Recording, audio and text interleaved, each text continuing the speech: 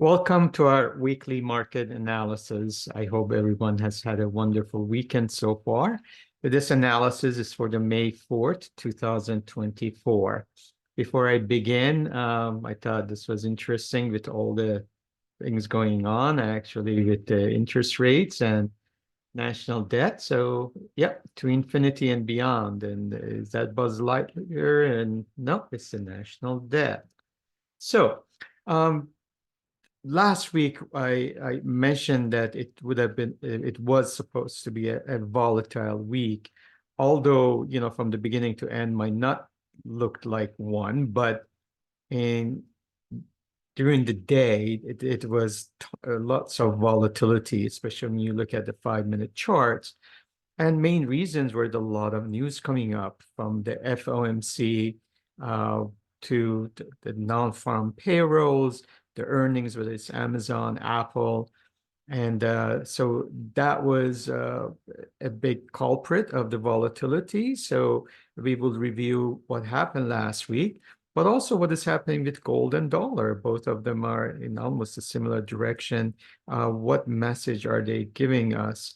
We also mentioned about Japanese yen, and last week we did have a reversal with the hopes of the intervention from the Japan Central Bank. So again, we are watching that because that will affect the global markets.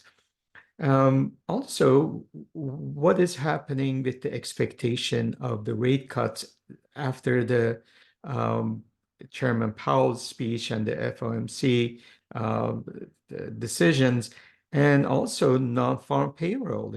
We will review what happened with non-farm payroll, and is that affecting the crude oil? What is happening with crude oil prices?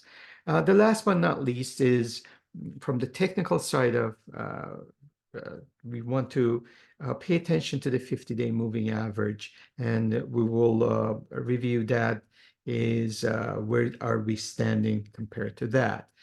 So let's start with economy. Again, last week was an important week with the employment numbers, the FOMC. As you know, the Fed did leave the rates unchanged. So that was one thing which was expected, but it's the language, and there's no promise of uh, the rate cuts, but the markets are looking at it. We'll take a look at it in our lesson of the week about what the markets are expecting. And it was a very volatile week. As soon as the decision came, the markets shot up. And then after the Chairman Powell finished speaking, it collapsed. So, but the non-farm payroll was an interesting one because the expectation was about 250,000. Last month was 315,000, and it came at 175,000.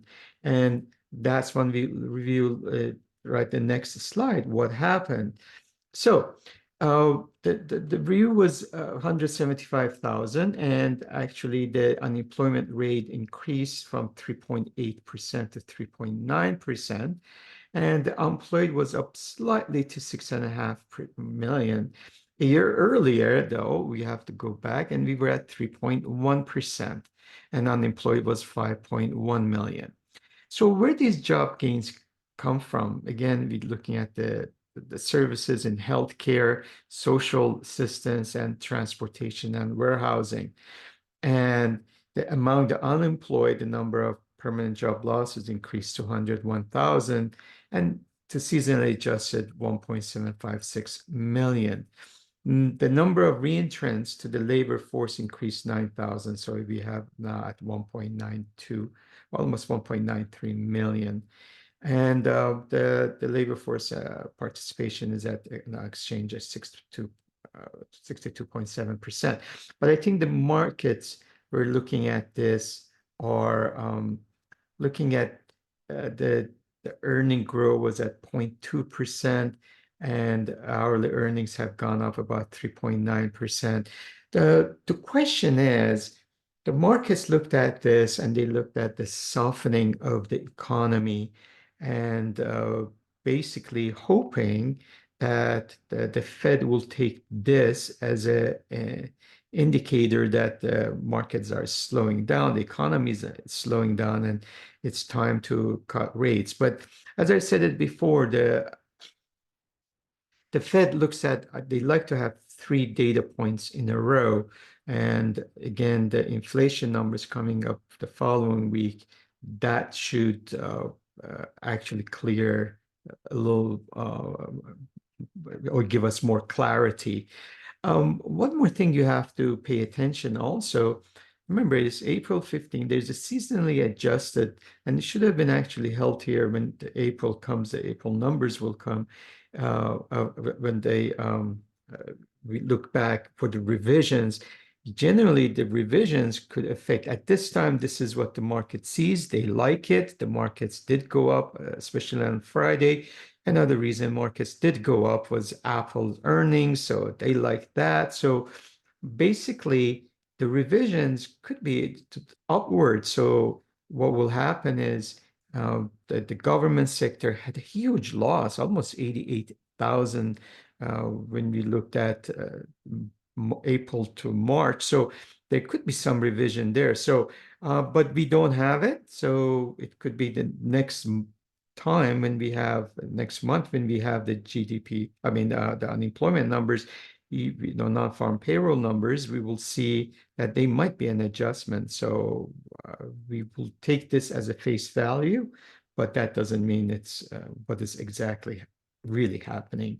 Next week, there's not a lot of economic news, so there's nothing that earth-shattering. I put down, we want to pay attention to Bank of England monetary policy on Thursday, and then we have the University of Michigan consumer sentiment. So that's about it. So this past week was the major one. And again, we see these as far as the yield curve, we're still in the negative yield curve, as you can see. So again, is that upcoming and any type of a slowdown? Is there a recession? We will review that in our lesson of the week. So let's take a look at what happened last week. As I mentioned last week, we looked at the resistance and we looked at VIX being on the support. So we thought that it would be a little retracement. So be careful, not be all bullish. And then what happened was after that, it basically it did go down, went up and down, and at the end of the week, what we had was the Dow was up 1.14%. NASDAQ was the strongest because of, again, earnings coming from especially Apple helped. It was at 1.43%, and S&P was at 0.55%. Gold was down 1.79%. Crude oil was 6.7%, which will review what's going on. And copper was kind of flat. So again, we mentioned we needed a little retracement. Now we are actually, Dow is only down almost 3%, S&P is down 2.4%, and NASDAQ is down 1.7% from their highs. As a whole, we had a kind of a flattish week. We were up 0.63%. Small cap, the Russell was the stronger one, so they were up 1.59%. So basically, again, the large cap values, and it goes back to the interest rate expectations, they were pretty flat. So what we want to look at is the sentiment, and you can see that the sentiment previous week, the bulls had gone down to below average. This week, we are almost at what the historical average is, and the bears are about historical average from the extremes that we had about a few weeks ago.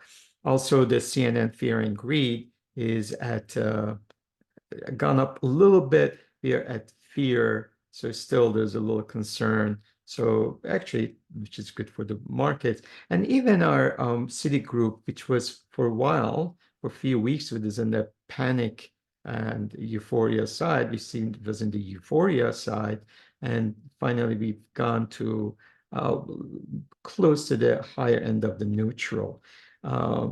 So this is what I wanted to share with you to see, look at what all the indices are from the Dow Jones to S&P.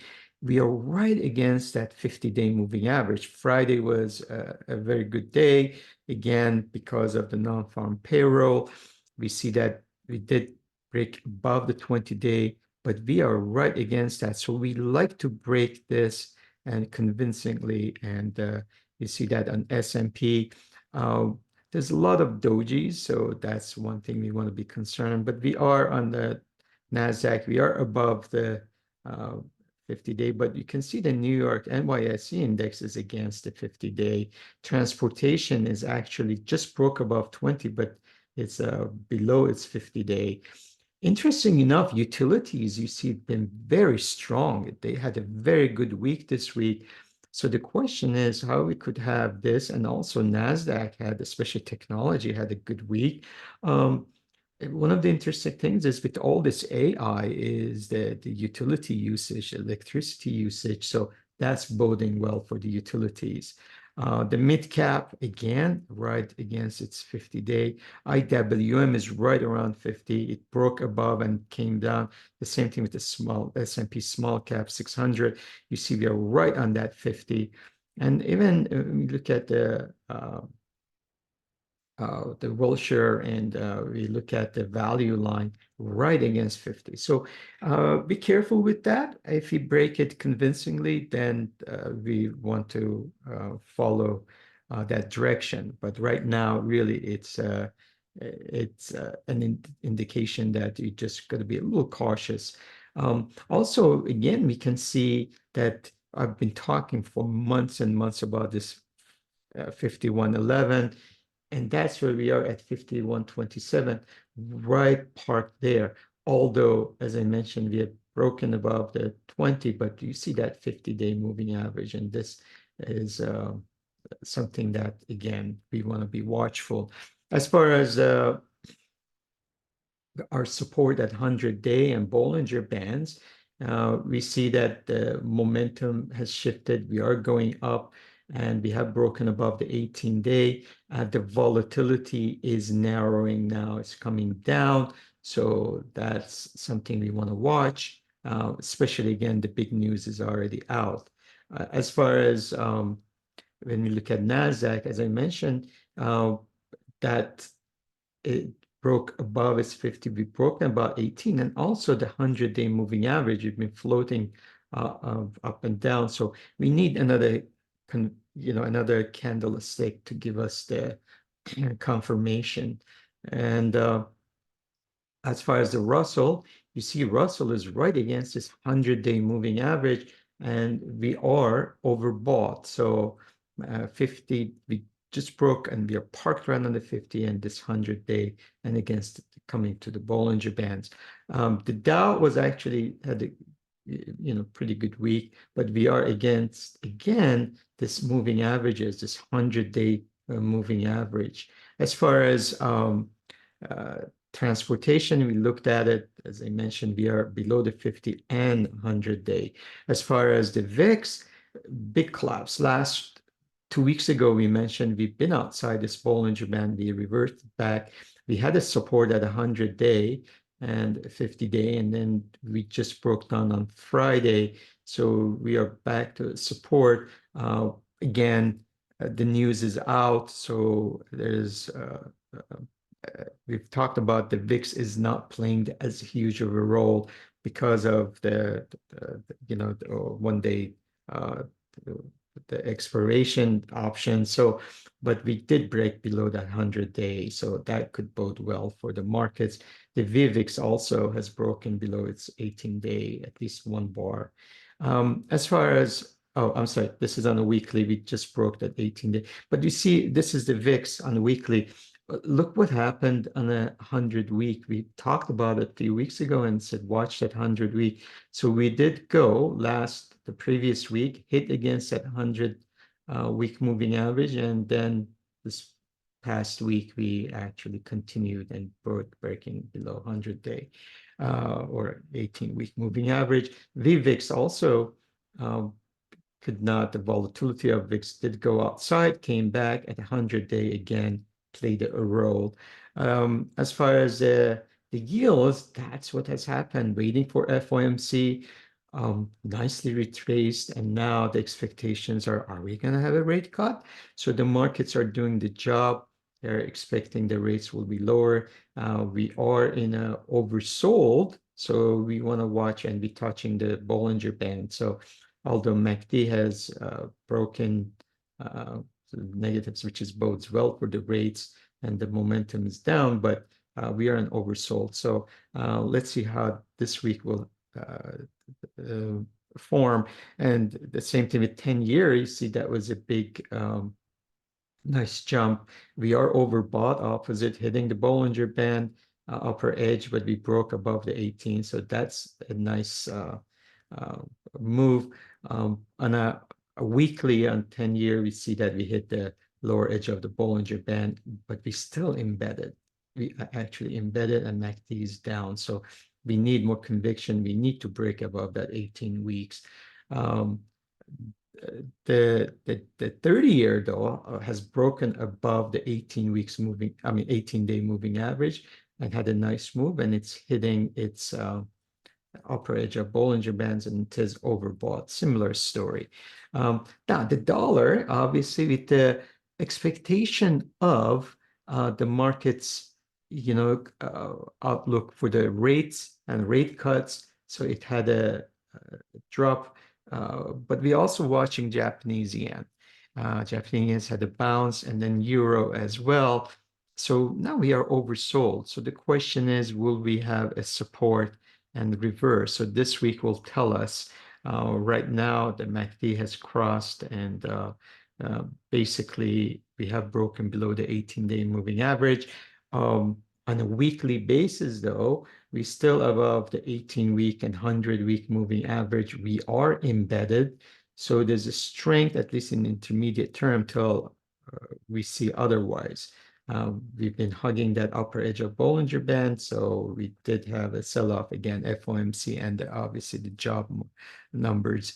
Euro has been the opposite, but the question is Euro in a slowdown and recession, and would they reduce the rates? And that's but for now, the dollar weakness has moved the euro. As far as the gold, though, that was interesting that the dollar was down, also the gold was down. So what gives? Because lower interest rates helps gold, but it looks like there's, first of all, we had gone from the technical point of view, we were in a we had looked at the linear regression channels. We were on the 2 standard deviation on weekly and monthly. So that could be one. We did hit all-time high in gold, but also is the tensions, political tensions are lowering? Is that markets something that they're looking at? And is the fear of inflation is subsiding? But still, gold is doing nicely, although they've just dropped. But we are not in a. We are actually oversold. Although MACD, it gave us this direction that it's time to maybe lighten up in some of your positions, but it's not time to short gold. On a weekly basis, one of the things we talked about the technical side, listen, we cannot stay outside these Bollinger Bands too long. 5 is the magic number, and you can see it's more of a technical placement, and we are overbought at this time on a weekly basis, but MACD is still positive. As far as silver, well, silver followed the gold a little more. It is embedded on a daily basis. And when we look at copper, copper has done very well. We will discuss copper a little more. We are still sitting at 18-day moving average. The demand from China is coming in. So although MACD just crossed, so we want to watch that. We were overbought a couple of days ago, and then the momentum is stabilizing. So we are above the 18, so it's still positive. We just watch to see if we can, this 18-day moving average will hold. On a weekly though, again, you can see there is a reason we want to watch these weeklies. You see, we were up 5 days above the Bollinger Band. So that's why we follow these weekly and follow these Bollinger Bands. You see how the volatility bands have expanded. So it's time to rest. So it's not time to really short, but it is time to take some profits. Bitcoin, the same thing. We talked about, looked like with the halving, everybody was involved. Maybe the prices already had taken into consideration the halving. Generally, it's a 30-day event. But we did have this resistance at 18-day. But look what we did. Technically, we hit that 100-day moving average and boom, it basically bounced, and now we are oversold. MACD is still negative, but that was a support at 100-day moving average. But also, we talked about Ethereum last time. Watch for the support, and we did hit that support, bounce back, 18-day moving average created a resistance. Now we are back to that 100-day moving average. I see this divergence in the stochastics, as you can see. So we have the higher low in the stochastics and lower low in the price. So maybe there is a little reversal, and we might have a little movement going up. So as far as Ethereum. Now, crude oil, we could see that we had become overbought, and then MACD crossed, and we've had this big move from 90 to now we're at 77, almost 78. The question is what happened? So there's a couple of things that crude oil is giving us. We've talked about the supply side, but also is the tension, is it accepting the tensions in the Middle East? And there's a talks, obviously, right now with the Arab leagues, and they're hoping that they will have some kind of a resolution. But as you know, Israel just kicked out Al Jazeera, the Qatarian news agency, and I don't think they're ready to give up. But this weekend was supposed to be one reason for hopefulness. But also, what we see, number one, we broke below that 18. We tried to go above, we couldn't go above the 18-day moving average. But also, is there a sign of maybe the market's thinking of the slowdown as in a global economy? And that's what they're looking at, the demand side of things. When we look at weekly, we just broke below the 100 weekly moving average. So we want to watch next week.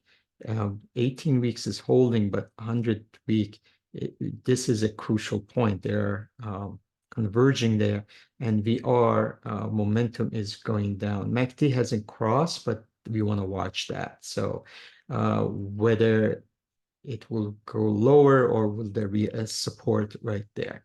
As far as expected move, again, very interesting week. We talked about a lot of volatility intraday, but not much in a actually daily. You can see we started here, ended up here. So it wasn't a big move in S&P. We hit the lower edge of the expected move and bounced back. The same thing in NASDAQ. You can see we hit on Wednesday, we went below that and came back up, and the next day, and then opposite is in the Russell, which was strong. We did go outside on Friday and came back inside. The same thing with Dow. We did go and parked right on the upper edge of the expected move. The bonds, the same thing. We just went outside and parked right on the upper edge of expected move. Gold was weak, so we broke below the lower edge of expected move. The same thing with silver, and we then stayed below. Financials, they again use that lower edge of expected move as a support, so really not much happened with the financials. It was the energy because of the crude oil, which we had a big breakdown, so that affected that. With that in mind, we will go to our lesson of the week. I hope this was informative, and review the emerging markets and lessons of the week. Thank you very much.